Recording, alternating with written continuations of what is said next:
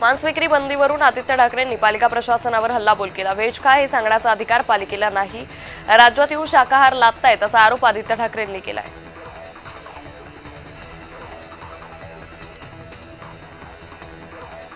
मांस विक्री बंदी प्रकरणावर उपमुख्यमंत्री अजित पवारांनी प्रतिक्रिया दिली। कोणी काय खावं यावर बंदी घालणं योग्य नाही, श्रद्धेचा प्रश्न असल्यास चिकन मटणावर बंदी घातली जाते असं अजित पवार म्हणाले।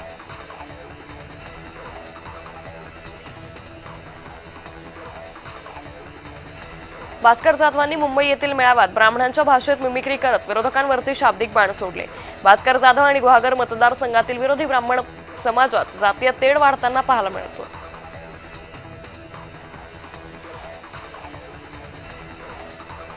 ठाकरे गटाचे आमदार सुनील शिंदेंच्या मुलाविरोधात गेल्या नारळी पौर्णिमे दिवशी कोळीवाड्यात शिवसेना कार्यकर्तीचा विनयभंग केल्याचा आरोप त्यांनी सिद्धेश शिंदेवर केला।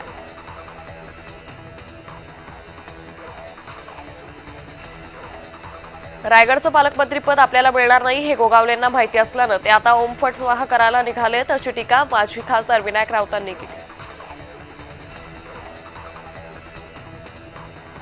गायकवाडांसारख्या नेत्यांमुळे एकनाथ शिंदेंची अधोगती होतीये। उबाठाचा बाप काढणाऱ्या संजय गायकवाडांना विनायक राऊतांनी प्रत्युत्तर दिलंय। मात्र टीकेनंतर माझ्या शब्दांचा विपर्यास झाला असं स्पष्टीकरण मंत्री संजय गायकवाडांनी दिलं।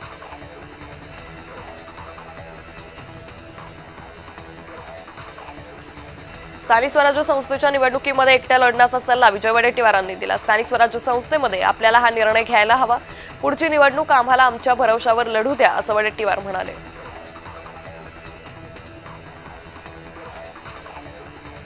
रायगडच्या पालकमंत्री पदावर महायुतीचे नेते योग्य वेळी योग्य निर्णय घेतील अशी प्रतिक्रिया भाजप प्रवक्ता अजित चव्हाण यांनी दिली। यामुळे नाराज असणं जबाबदार नेत्याला शोभत नाही असंही ते म्हणाले।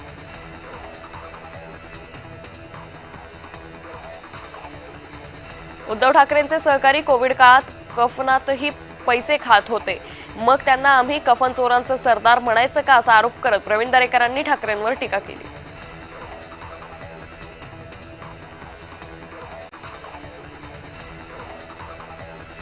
निवडणुका झाल्यापासूनच महाविकास आघाडीचे आरोप करणं सुरू आहे, संभ्रम निर्माण करण्याचं त्यांचं धोरण आहे, हे सर्व विरोधकांचं षडयंत्र असल्याचं मंत्री प्रताप सरनाईक म्हणाले।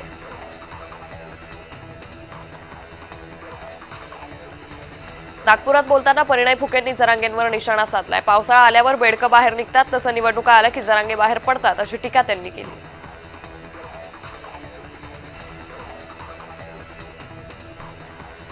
पुण्यात झालेल्या काँग्रेसच्या बैठकीत ज्येष्ठ नेते रमेश चेन्नीथल्ला यांनी कार्यकर्त्यांना भावनिक आवाहन केले। ज्यांना काँग्रेस पक्षानं भरभरून दिलं ते सगळे पक्ष सोडून गेले, पक्षात राहून पक्षाच्या विरोधात काम करू नका असं आवाहन त्यांनी केलं।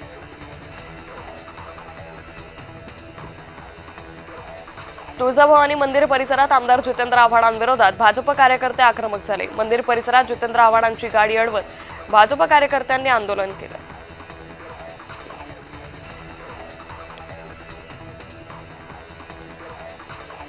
विकास करा मात्र देवीच्या गाभाऱ्याला हात लावू नका, ऐतिहासिक संदर्भ असलेले दगड काढू नका, तुळजाभवानी मंदिराच्या जीर्णोद्धाराच्या कामावर आमदार जितेंद्र आव्हाडांनी प्रतिक्रिया दिली।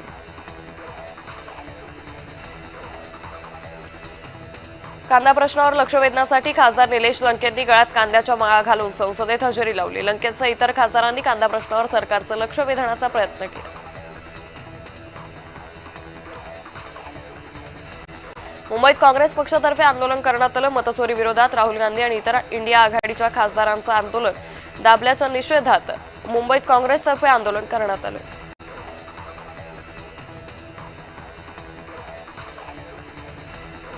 मतचोरीचा आरोप करत युवक काँग्रेसनं संभाजीनगर रेल्वे स्थानकावर रेल रोको केला। नरसापूर नगरसोल एक्सप्रेस रोखल्यानं प्रवासी 45 मिनिटं तात्कळले तर रेल्वे पोलिसांनी आंदोलन करताना अटक केली।